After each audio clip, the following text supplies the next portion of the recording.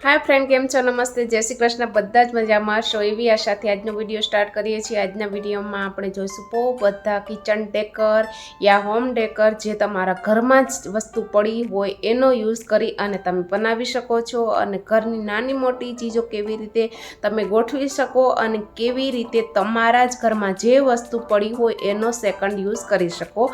तो बस ज्यादा वातो नहीं करीए अने स्टार्ट करीए आजनो विडियो। અહીંયા તમે આ કાર્ડબોર્ડનું બોક્સ જોઈ રહ્યા છો, તેનો બેઝ થોડો છે ને નબળો છે, તો એને સ્ટ્રોંગ બનાવવા માટે આપણે કોઈ પણ કાર્ડબોર્ડનું પીસ લઈ અને એના માપનું કાપી અને નીચે લગાવી દેશું, જેથી કરીને વધારે સ્ટ્રોંગ થઈ જાય। પછી આવી હોટ ગ્લુથી તમે કોઈ પણ રેન્ડમ પેટર્ન બનાવી શકો છો, જે પણ ડિઝાઇન તમને આવડતી હોય એ બનાવી શકો છો।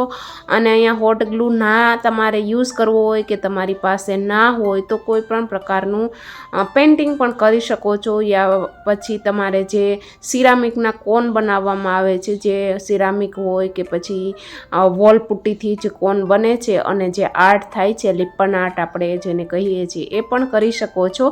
તો મેં રેન્ડમલી આવી રીતે હોટ ગ્લુથી ડિઝાઇન બનાવી લીધી છે અને આમાં તમે કોઈ પણ સામાન પણ રાખી શકો છો અને કોઈ પણ ખાલી ડેકોરેટિવ પીસ તરીકે પણ તમે એને યુઝ કરી શકો છો।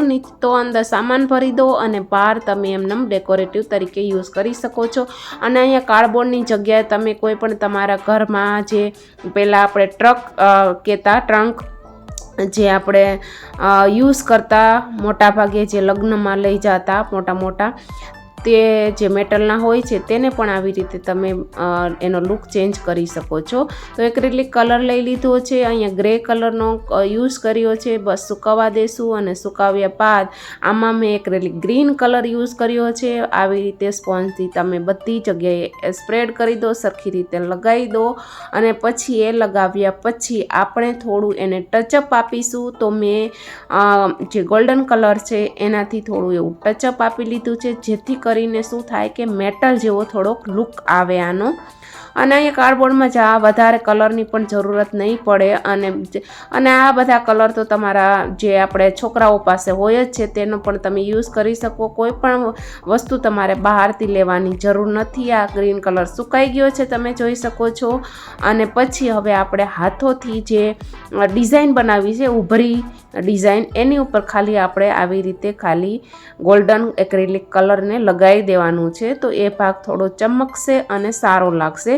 તો આવી રીતે મને લાગે ત્યાં મેં આવી રીતે કલર કરી દીધો છે અને બસ આવી રીતે ગ્રીન અને ગોલ્ડનનું કોમ્બિનેશન થવું જોઈએ, થોડુંક સરસ મજાનું શાઇનિંગ થવું જોઈએ અને આપણું સરસ મજાનું એક ઓર્ગેનાઇઝર બનીને રેડી થઈ ગયું છે। તમે જોઈ શકો છો, કોઈ પણ કે નહીં કે આ ઓર્ગેનાઇઝર આપણે કાર્ડબોર્ડના નકામા બોક્સથી જે આપણે ફેંકી દેતા હોય છે તેમાંથી બનાવ્યું છે અને તમે ચાહો તો મિરર પણ આમાં લગાવી શકો છો। તો આ ઓર્ગેનાઇઝર કેવું લાગ્યું કમેન્ટ જરૂર કરજો અને આગલા વિડીયોમાં બહુ બધા વ્યૂ નથી તો એ પણ તમે જોઈ લેજો, સરસ મજાનો યુઝફુલ વિડીયો છે।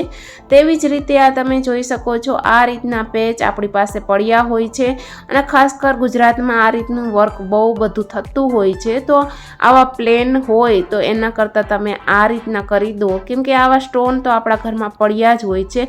બસ આવા જે વ્હાઇટ અને ગોલ્ડન સ્ટોન મેં મિડલમાં લગાવી દીધા છે અને તમારી પાસે આ પ્રકારના સ્ટોન ના હોય તો પણ તમે બીજા પણ સ્ટોન લગાવી શકો છો। અને કંઈ પણ ના કરવું હોય તો કોઈ પણ સ્પ્રે પેન્ટનો મનપસંદીદા કલર કરી લો તો પણ સરસ મજાનો લુક લાગે છે, કેમ કે હવે આપણને આ પ્રકારનું જે ગોલ્ડન વર્ક હોય છે ગમતું નથી, કાં સિલ્વર હોય તો સારું લાગે, કાં આવી રીતે કંઈક તમારે કરવું પડે અને કોઈ પણ ચણિયા ચોળીમાં કે આપણે સાડી વગેરેમાં લગાવવું હોય અને ખાસ કરીને જે મારા વિડીયામાં આ બધું મટીરિયલ વધારે યુઝ થતું હોય છે તો મને આ બહુ જ કામમાં આવે છે।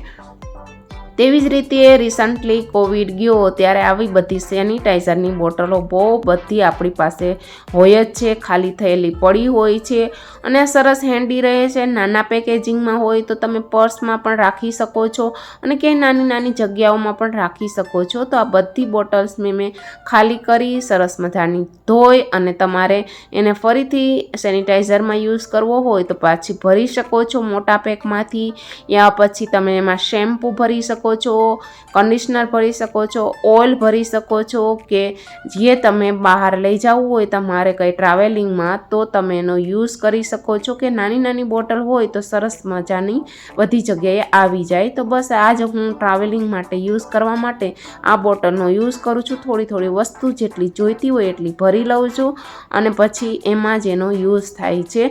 યા નાની મોટી જે ડિશવોશર લિક્વિડ પણ આમાં ભરી શકો, નાની મોટી સિંક ધોવા માટે. એવી જ રીતે આ મારી પાસે કે મેલેમાઇનની પ્લેટ પડી હતી અને એકદમ પીળી થઈ ગઈ હતી, કેમ કે પહેલાં શું હતું કે મેલેમાઇન બહુનો ક્રેઝ હતો, તો એમાં થોડી પણ વસ્તુ શાક વગેરે રાખીએ તો એમાં પીળા ડાઘ થઈ જતા હતા.